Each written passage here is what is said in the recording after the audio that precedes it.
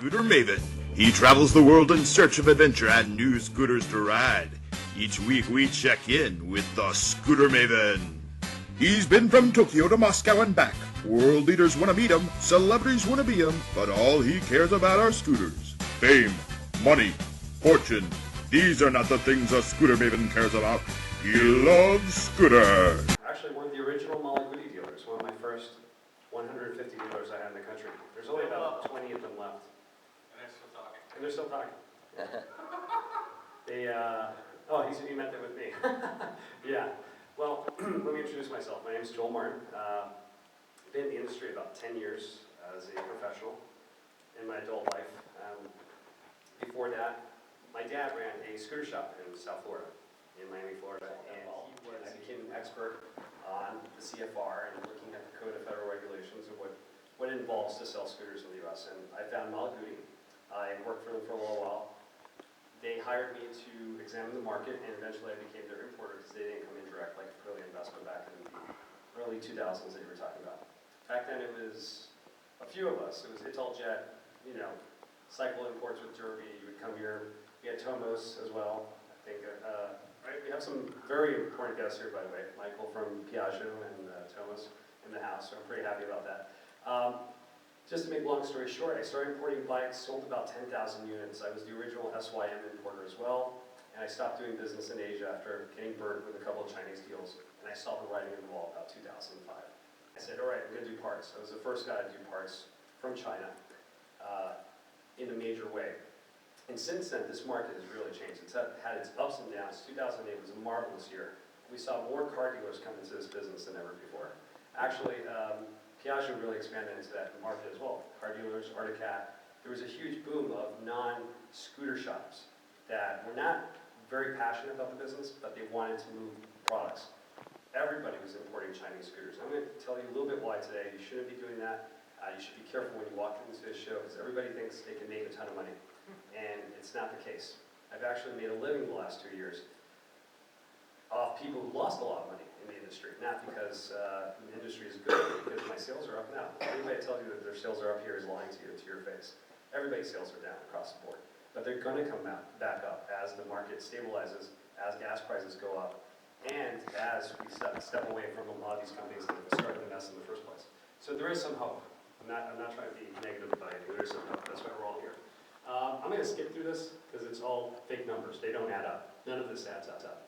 The MIC does not have real numbers. They have real numbers from maybe Piaggio. Michael is in charge of reporting his numbers. His numbers are real. But the Chinese do not report numbers. I never reported numbers.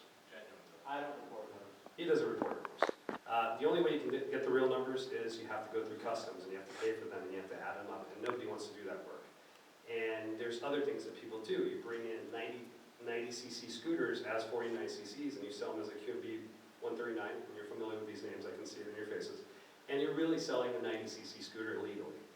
People bring in things labeled as parts, and there's actually engines in there that have to be registered with EPA. It happens every day. There's 2 guys in enforcement, they cannot keep up.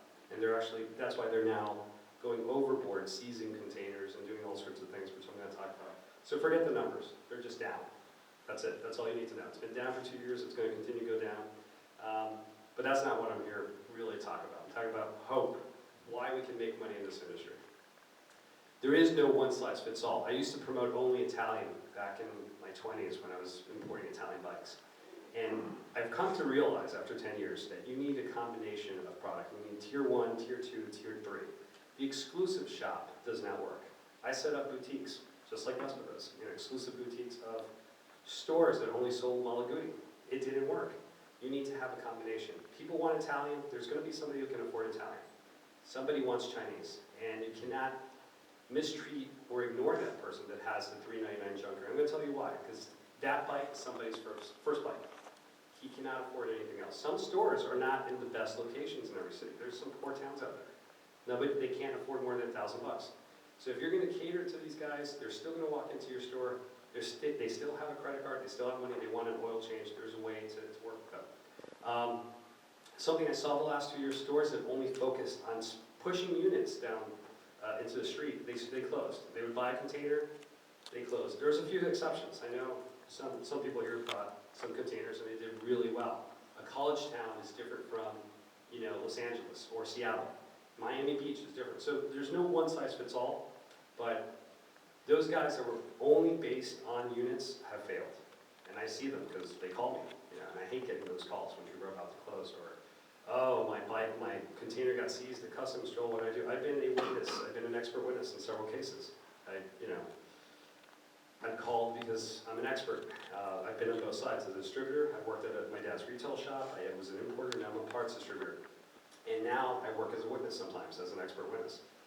And it's insane the things that go on. So when you send $100,000 to China and you open that container and it's empty, you just lost $100,000 because you're not going to get it back. I stand for any, that's what it's for the little guy, because you should observe that 50-30 rule. I always did. I spent a ton of money on compliance. There's companies that do. I know Tomos does. I know Piaggio does.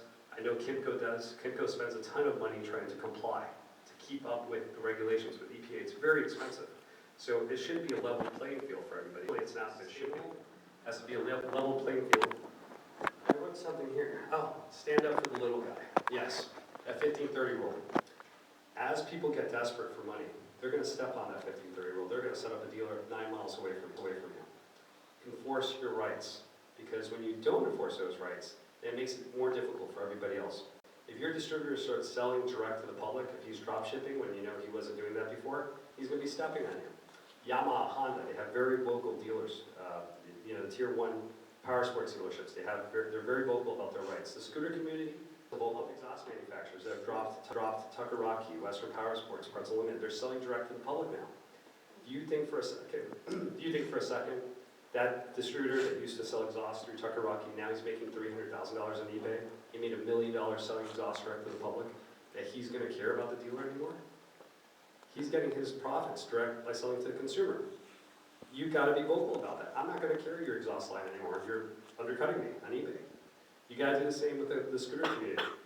If you notice that scooter company is selling on eBay, is drop shipping, tell the other dealers, be vocal about it, and enforce that 50-30 rule. I see that as the biggest problem right now. There's a lot of dealers that are having those problems, and lawsuits, of course. You want to avoid all that. I think Josh hit it on the head.